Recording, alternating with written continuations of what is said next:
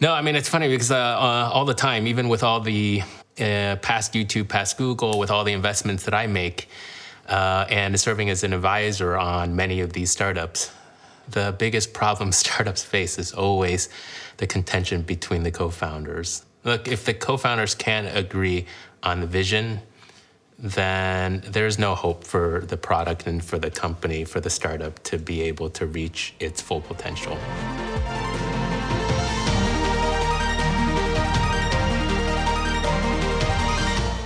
Hi everyone, my name is Steve Chen. I'm the co-founder of YouTube, and today I'm here to talk about how to build a good relationship with your co-founder. Having a co-founder to the company makes things so much easier.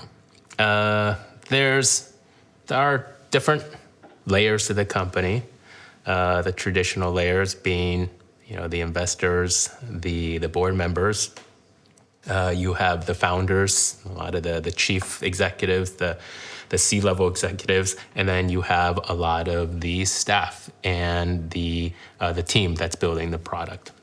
If you're sitting in that tier in isolation, there are so many challenges, so many hurdles that are always being thrown your way from both directions, up from the board, their demands and their asks, as well as all the challenges that the product is facing, all the issues on the HR side. There are so many of these issues.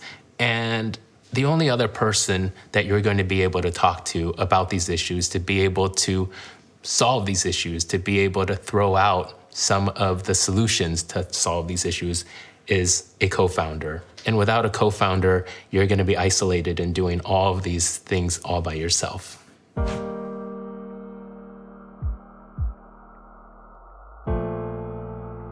At YouTube, I was lucky.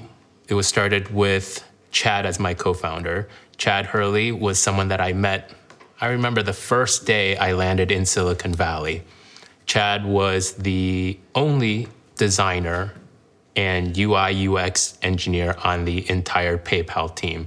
And for the 5 to 6 years that I was at PayPal, we had collaborated and worked on so many different products together. And by that, he would be the one that would come up with the user interface, the design. I was the one that was responsible for making that design work by the engineering, by the coding that went behind it. But also, we worked together and collaborated on the product. We collaborated on what are the best ways to make this product, this feature successful.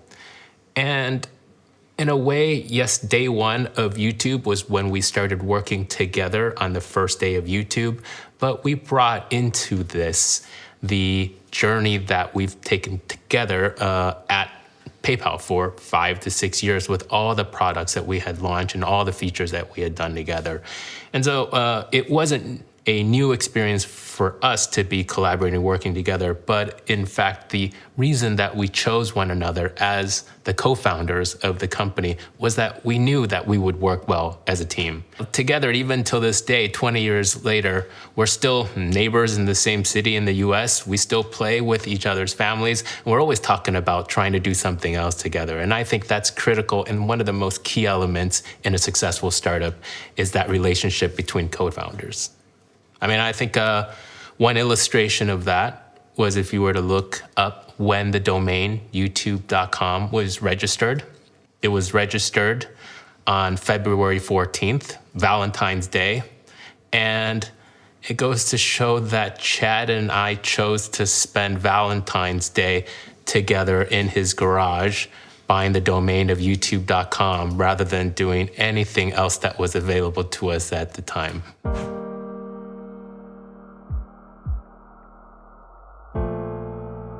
Much of the discussions that we're having about the founders of YouTube, I mention only Chad. But in fact, YouTube was actually started by 3 co-founders. There was Chad, and there was Javed, and there was me. We all worked together at PayPal together. But as many of you know, by the time the acquisition happened at Google, it was only Chad and me that were left. And it goes to show that the importance of being able to be aligned with your co-founders on the grand vision, and the priorities of what the product is relative to everything else that you're juggling. And in the case of Chad and me, we were aligned on the priorities. On YouTube was our main focus on what we were going to be doing. And it allowed us to be able to be completely open with one another. Whereas with the other co-founder, he decided to pursue his PhD at Stanford in engineering. And he thought that that was, at the time, the more important role that he wanted to take. Even today, we are all still friends with one another, but I think it's a good illustration that to be successful co-founders in the long journey, you must be always aligned on what you think that long-term vision is going to be.